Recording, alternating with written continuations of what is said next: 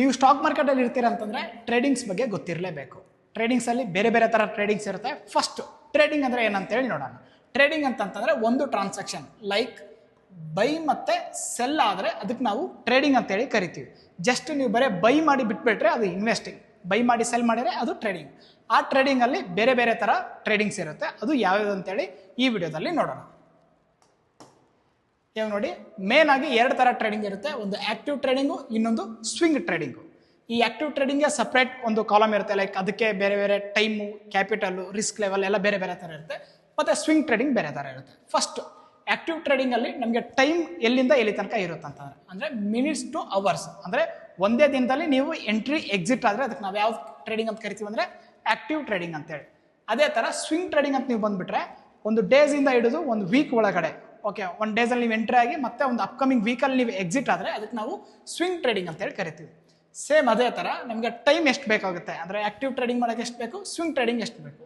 ನೀವೇನಾರು active trading ಮಾಡ್ತೀರ ಅಂತಂದರೆ part time ಥರ ನಿಮಗೆ ಬೇಕಾಗುತ್ತೆ, ಅಂದರೆ ಸ್ಟೆಪ್ ಬೈ ಸ್ಟೆಪ್.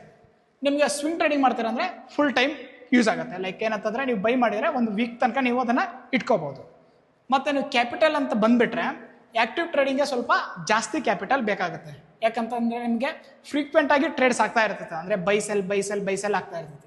ಇಲ್ಲಿ ನಿಮಗೆ ಮಾಡ್ರೇಟ್, ಅಂದರೆ ಓನ್ಲಿ ಫೇವರೇಬಲ್ ಟ್ರೇಡ್ಸ್ ಮಾತ್ರ ನೀವು ತೊಗೊಳಕ್ಕಾಗುತ್ತೆ. ಯಾವುದ್ರಲ್ಲಿ ಅಂದರೆ ಸ್ವಿಂಗ್ ಟ್ರೇಡಿಂಗ್, ಅದರಲ್ಲಿ ಬೇಗ ಎಂಟ್ರಿ ಎಕ್ಸಿಟ್ ಎಲ್ಲ ಬರಲ್ಲ. ಅದೇ ಥರ ರಿಸ್ಕ್ ಲೆವೆಲ್ ಅಂತ ನಾವು ಬಂದರೆ, ಯಾಕಂದರೆ ಯಾವುದೇ ಥರ ನಾವು ಟ್ರೇಡಿಂಗ್ ಮಾಡಿದ್ರೆ ರಿಸ್ಕ್ ಅನ್ನೋದು ಇದ್ದೇ ಇರುತ್ತೆ. ಇದರಲ್ಲಿ ನಾವು ಆಕ್ಟಿವ್ ಟ್ರೇಡಿಂಗಲ್ಲಿ ರಿಸ್ಕ್ ಎಷ್ಟಿರುತ್ತೆ ಅಂತಂದರೆ ತುಂಬ ಹೈ ಆಗಿರುತ್ತೆ. ಯಾಕಂದರೆ ಪ್ರೈಸ್ ಏನಾಗ್ಬೋದು, ಸಡನ್ನಾಗಿ ಅಪ್ ಆಗ್ಬೋದು, ಸಡನ್ನಾಗಿ ಡೌನ್ ಆಗ್ಬೋದು. ಹಂಗಾಗಿ ಆಕ್ಟಿವ್ ಟ್ರೇಡಿಂಗಲ್ಲಿ ರಿಸ್ಕ್ ಲೆವೆಲ್ ಅನ್ನೋದು ತುಂಬ ಹೈ. ಸ್ವಿಂಗ್ ಟ್ರೇಡಿಂಗಲ್ಲಿ ಮಾಡ್ರೇಟ್ ಆಗಿರುತ್ತೆ, ಯಾಕಂದರೆ ಇದು ಟ್ರೆಂಡ್ ಬೇಸ್ ಇರುತ್ತೆ. ಒಂದ್ಸತಿ ಟ್ರೆಂಡ್ ಏನಾರು ಸೆಟ್ ಆದರೆ ಅಷ್ಟು ಈಸಿಯಾಗಿ ರಿವರ್ಸಲ್ ಆಗಲ್ಲ.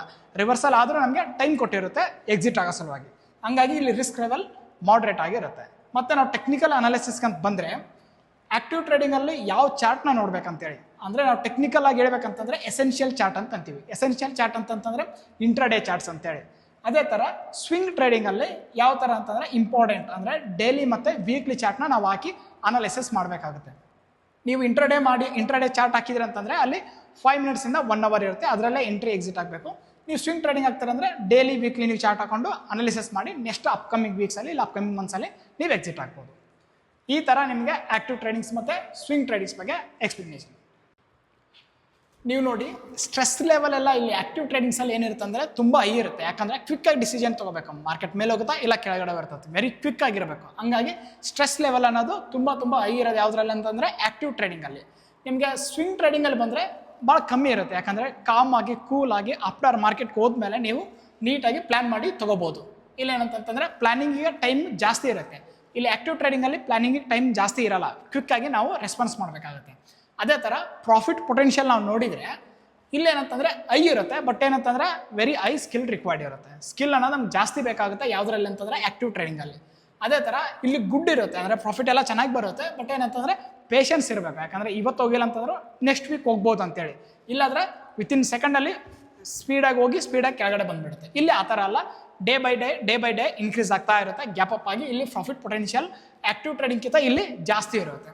ಅದೇ ಥರ ನಾವು ಟ್ರೇಡಿಂಗ್ ಕಾಸ್ಟ್ ಅಂತ ನೋಡಿದರೆ ನಮಗೆ ಇಲ್ಲಿ ಹೈ ಇರುತ್ತೆ. ಟ್ರೇಡಿಂಗ್ ಕಾಸ್ಟ್ ಅಂತಂತಂದರೆ ಬ್ರೋಕರೇಜ್ ಆಗಲಿ, ಚಾರ್ಜಸ್ ಆಗಲಿ, ಎಲ್ಲ ಟ್ರೇಡಿಂಗ್ ಚಾರ್ಜಸ್ ಇಲ್ಲಿ ತುಂಬ ಹೈ. ಯಾಕಂದರೆ ಮಲ್ಟಿಪಲ್ ಟ್ರೇಡ್ಸ್ ಬೈ ಸೆಲ್ ಆಗ್ತಾ ಇರುತ್ತೆ. ಹಂಗಾಗಿ ಟ್ರೇಡಿಂಗ್ ಚಾರ್ಜಸ್ ಕೂಡ ಜಾಸ್ತಿ ಆಗುತ್ತೆ. ಇಲ್ಲೇನಾಗುತ್ತೆ ಅಂತಂದರೆ ಲೋ ಇರುತ್ತೆ. ಯಾಕಂದರೆ ವೀಕ್ಲಿ ಒಂದೇ ಟ್ರೇಡ್ ತೊಗೊಳ್ಳೋದು, ಮಂತ್ಲಿ 3 ಟ್ರೇಡ್ ತೊಗೊಳ್ಳೋದು. ಬಟ್ ಇಲ್ಲಿ ಆ ಥರ ಅಲ್ಲ, ವಿತಿನ್ ಡೇಸಲ್ಲೇ 5-6 ಟ್ರೇಡ್ ತೊಗೊಳ್ಳೋದು. ಇದು 1 ಮಂತಲ್ಲಿ ನಾವೇನಿದ್ರು ಒಂದು 4 to 5 ಟ್ರೇಡ್ಸ್ ಅಷ್ಟೇ ತೊಗೊಳಕ್ಕಾಗುತ್ತೆ. ಯಾವುದರಲ್ಲಿ ಅಂತಂದರೆ ಸ್ವಿಂಗ್ ಟ್ರೇಡಿಂಗಲ್ಲಿ. ಅದೇ ಥರ ಬೆಸ್ಟ್ ಯಾರಿಗಂತೇಳಿ, ನೀವು ಫುಲ್ ಟೈಮ್ ಇದ್ದು ಮತ್ತು ಹೈ ರಿಸ್ಕ್ ಟ್ರೇಡರ್ಸ್ ಆಗಿದ್ದರೆ ನೀವು ಆಕ್ಟಿವ್ ಟ್ರೇಡಿಂಗಲ್ಲಿ ಪಾರ್ಟಿಸಿಪೇಟ್ ಮಾಡ್ಬೋದು. ನಿಮಗೆ ಟೈಮ್ ಇಲ್ಲ, ಪಾರ್ಟ್ ಟೈಮ್ ಮಾಡ್ತೀನಿ ಅಂತಂತಂದರೆ ಸ್ವಿಂಗ್ ಟ್ರೇಡಿಂಗಲ್ಲಿ ನೀವು ಪೇಷನ್ಸ್ ಇದ್ದರೆ ಸಕ್ಸಸ್ ಆಗ್ಬೋದು. ಅದೇ ಥರ ಲಾಸ್ಟ್ ಎಕ್ಸಾಂಪಲ್ ನಾವು ನೋಡಿದರೆ ಆಕ್ಟಿವ್ ಟ್ರೇಡಿಂಗಲ್ಲಿ ಸ್ಕ್ಯಾಲ್ಪಿಂಗ್ ಥರ ಸ್ಮಾಲ್ ಪ್ರಾಫಿಟ್ ಬರುತ್ತೆ. ಬಟ್ ನಮ್ಮ ಸ್ವಿಂಗ್ ಟ್ರೇಡಿಂಗಲ್ಲಿ ನೋಡಿದರೆ ಸ್ಟಾಕ್ಸ್ ನೀವು ಏನಾರು ಹೋಲ್ಡ್ ಮಾಡಿದರೆ ಅಪ್ ಟ್ರೆಂಡಲ್ಲಿ ತುಂಬ ಇದಕ್ಕಿಂತ 10 ಟೈಮ್ಸು ಪ್ರಾಫಿಟ್ ಪೊಟೆನ್ಷಿಯಲ್ ಜಾಸ್ತಿ ಇರುತ್ತೆ. ಇದು ನಮ್ಮದು ಸ್ವಿಂಗ್ ಟ್ರೇಡಿಂಗ್ ಮತ್ತು ಆಕ್ಟಿವ್ ಟ್ರೇಡಿಂಗ್ ಡಿಫ್ರೆನ್ಸ್. ಇದೇ ಥರ ಎಜುಕೇಷನಲ್ ಕಂಟೆಂಟ್ಗಾಗಿ ನಮ್ಮ ಪೇಜನ್ನು ಫಾಲೋ ಮಾಡಿ, ಸಬ್ಸ್ಕ್ರೈಬ್ ಮಾಡಿ, ಶೇರ್ ಮಾಡಿ.